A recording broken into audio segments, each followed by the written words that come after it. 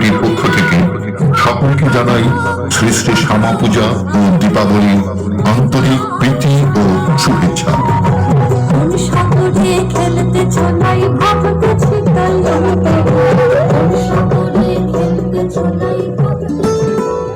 দেবী আদ্যাশক্তি মহামায়া পরম চৈতন্য স্বরূপা, নিত্য সর্বব্যাপী তার মহিমা। তথাপি বিবিধ অসুর নাশে নব নব রূপে তার আবির্ভাব ঘটে বারংবার।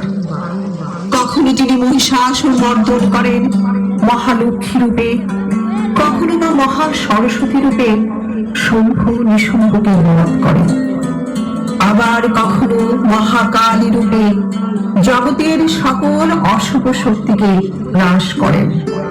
সুধী মণ্ডলী, 13তম বর্ষের নিবেদন 3 পীঠস্থানের অন্যতম পীঠস্থান আদ্যাপীঠ। চলুন এই আদ্যাপীঠ সম্পর্কে জেনে নিন। বাংলাদেশের চট্টগ্রাম থেকে পশ্চিমবঙ্গের কলকাতায় কবিরাজি পড়তে আসেন অন্নদাচরণ ভট্টাচার্য, যিনি অন্নদা ঠাকুর নামে বহুল পরিচিত। তারপর একদিন তার দেখা হল জগৎ গুরু শ্রীরামকৃষ্ণ পরমহংসদেবের সাথে। জয় মা, জয় মা, তোর তো কবিরাজির ব্যবসা হবে না রে বাবু। জয় মা। কেন ঠাকুর, কেন? কি এমন হলো যে আমার কবিরাজি বিদ্যা অর্জনটাই তুচ্ছ হয়ে গেল? ওরে অন্নদা, তোর হাত ধরে যে মা আদ্যাশক্তি প্রতিষ্ঠিত হয়। জয় মা, জয় মা।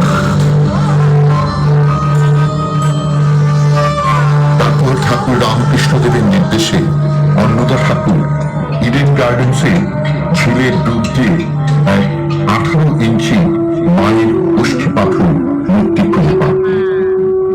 তারপর রামনবমী রাতে অন্নদা ঠাকুর স্বপ্নাদেশ পান। অন্নদা, কাল যে বিজয়া দশমী, তুমি আমাকে গঙ্গায় বিসর্জন দিও। বাবু, মা, কি এমন ভুল করলাম যে তুমি চলে যেতে চাইছো? মা, মা, বাবু। না না, তা নয়। আমি শুধু শাস্ত্রবিহিত মতে পুজো পেতে চাই না। মা খেয়ে নাও, মা পড়ে নাও, এমন সহজ সরল ভাষায় যে ভক্ত নিজের দৈনন্দিন ব্যবহার্য বস্তু আমাকে নিবেদন করবে, সেটাই হবে আমার আসল পুজো। যদি কোনো ভক্ত আমার সামনে আদ্যাস্তোত্র পাঠ করে, তাহলে আমি বিশেষ আনন্দিত হব। তারপর মায়ের মুখ নিঃসৃত সেই আদ্যস্তোত্র অন্নদা ঠাকুর নিজ হাতে লেখেন, যা আদ্যস্তোত্র নামে ব্যাপক পরিচিত। 1918 সালে শ্রীরামকৃষ্ণ পরমহংসদেবের নির্দেশে অন্নদা ঠাকুর ঋষিকেশ যান এবং মন্দির নির্মাণের নির্দেশ পান। রামকৃষ্ণ পরমহংসদেব বলেছিলেন, সৃষ্টির পর পৃথিবীর বুকে এমন মন্দির সৃষ্টি হতে চলেছে যেখানে ঈশ্বরের প্রকট আবির্ভাব ঘটবে। তার মাহাত্ম্য এতটাই হবে যে মন্দির স্পর্শ করলে ভক্তদের উদ্ধার মিলবে। এটি কোনো শক্তিপীঠ নয়, এক আদ্যামায়ের মন্দির।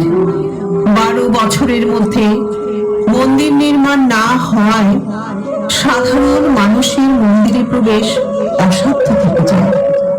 তাই নাট মন্দির থেকে মায়ের দর্শন করতে হয়। এই আদ্যামাকে 3 ভাবে দেখতে পাই।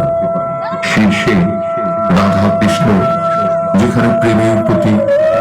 তারপর আদ্যামা, যা জ্ঞান ও শক্তির প্রতীক। দেবীর নিচে রামকৃষ্ণ পরমহংসদেব, যা গুরুদেবের প্রতীক।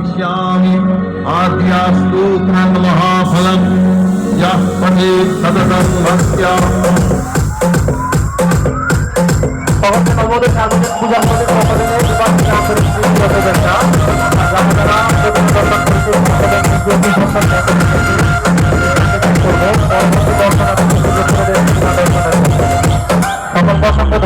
সর্বদা সার্বজনীন